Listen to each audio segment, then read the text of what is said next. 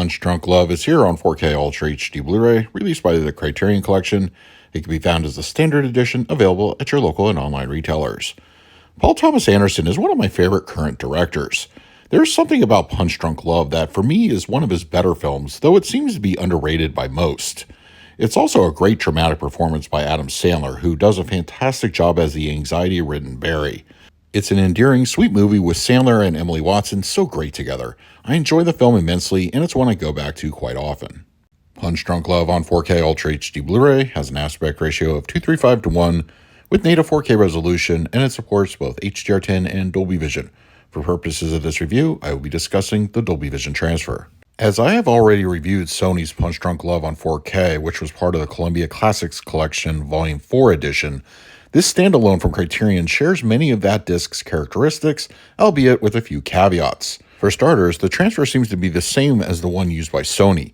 Interestingly enough, the Criterion press release indicates a restoration, whereas the press release from the Sony version did not.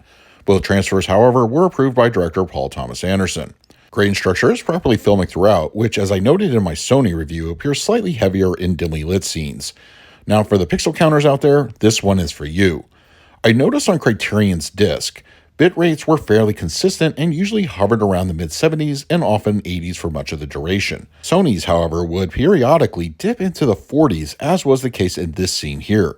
That disc, too, would often hit the 70s range, but the fluctuations on that disc's encode were more erratic as opposed to the Criterion. Both disc transfers were layered on a 100GB size disc. Now, for those upgrading from the Blu-ray, the bump to 4K nicely enhances textures in a very satisfying way.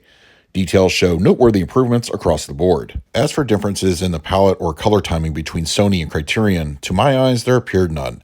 Both were nearly identical, and each disc supports Dolby Vision. Colors in general show wonderful vibrancy. As I noted in my Sony review, the juxtaposition of Barry's blue suit and Lena's red dress is one of the most pleasing visual aspects of this transfer.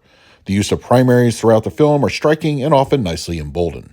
Black levels look great with deep and inky night scenes and dark interiors. Shadow detail is good with no issues or crush spotted during my viewing. Punchdrunk Love on 4K Ultra HD Blu-ray supports a Dolby Atmos audio mix, which folds down to a Dolby True HD 7.1.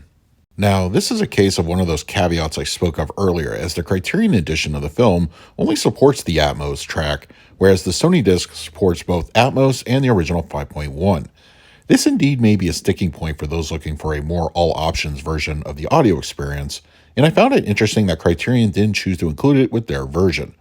I spoke very highly of Sony's Atmos track, and Criterion seems to be the exact same. The film's sound design is both subtle and at the same time chaotic in its delivery.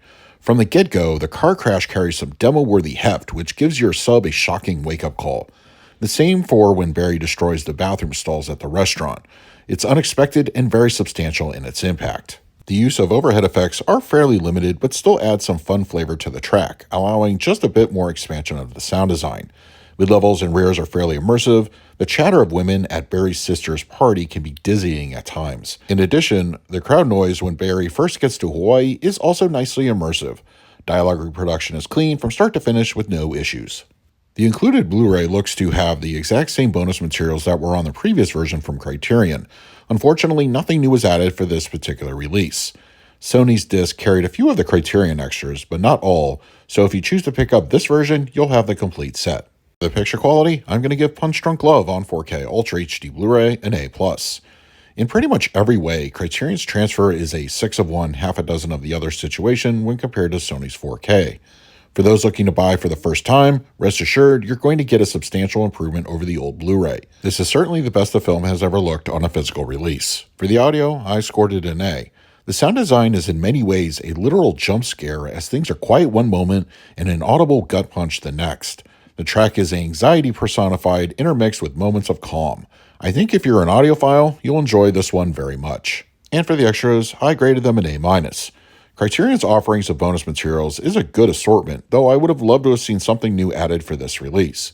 If you're new to them, however, I think you'll enjoy what's here, as there is a good amount to dive into.